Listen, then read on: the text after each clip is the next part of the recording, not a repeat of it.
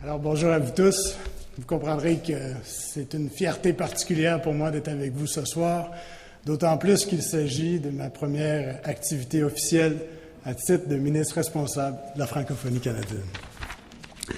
Alors, salutations à Madame la ministre de l'Immigration et des Communautés culturelles et ministre responsable de la Charte de la langue française, Madame Diane de Courcy, Madame la conseillère municipale à la Ville de Québec, Madame Julie Lemieux, Monsieur le Président du Conseil supérieur de la langue française, Robert Vézina, distingué lauréat du prix littéraire Émile Olivier et du prix du 3 juillet 1608, distingué récipiendaire de l'Ordre des francophones d'Amérique, Mesdames, Messieurs.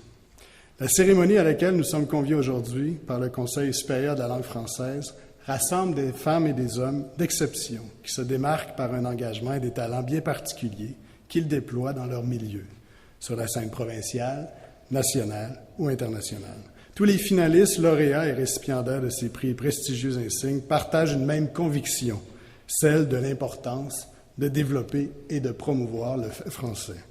En tant que ministre délégué aux Affaires intergouvernementales canadiennes et à la gouvernance souverainiste et responsable de la francophonie canadienne, c'est un plaisir pour moi de souligner la contribution exceptionnelle de ces francophones au rayonnement de la langue française et des cultures d'expression française. Je tiens à attirer votre attention sur celles et ceux qui célèbrent la langue française en consacrant une bonne partie de leur vie à l'écriture, puisant dans leur imagination et leur créativité et faisant le bonheur des lecteurs du monde entier. Ce sont eux que le prix littéraire Émile Olivier souhaite honorer à chaque année.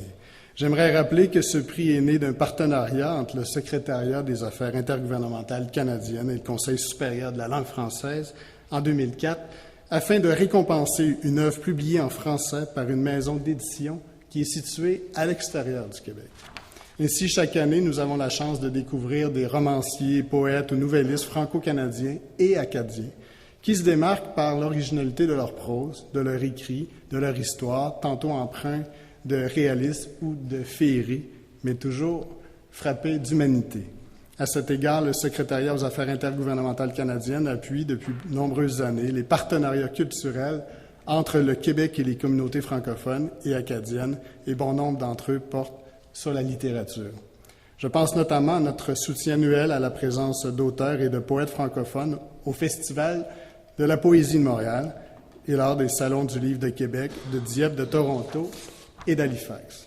J'aimerais également souligner qu'une des actions prioritaires que le SAIC appuiera à compter de cette année est la création d'une bibliothèque numérique consacrée à la francophonie canadienne et des Amériques.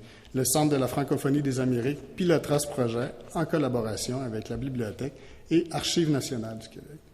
De tels échanges et événements littéraires, à l'instar des coproductions cinématographiques et théâtrales, favorisent la circulation des artistes et des œuvres francophones et renforcent la place du français dans notre société. Ils sont primordiaux pour le maintien de la francophonie en Amérique, berceau de notre identité. Alors, la partie la plus intéressante à mon point de vue, ou du moins certainement pour la personne concernée, il me fait donc plaisir aujourd'hui de remettre le prix littéraire Émile Olivier à Madame Michèle Vinet pour son roman « Jeudi novembre ». Un roman... Oui.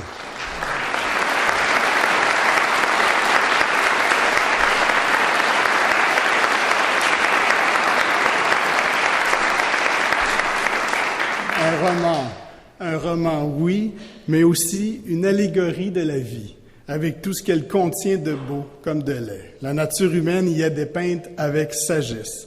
La vie y suit son cours naturel, mais l'amour n'a pas dit son dernier mot. Lire le roman de Michèle Vinet, c'est célébrer la fougue de la langue française si bien maîtrisée. Les mots dansent sur les pages comme pour signaler leur vitalité et leur enthousiasme. Et permettez-moi, Madame Vinet, de lire un extrait de votre ouvrage.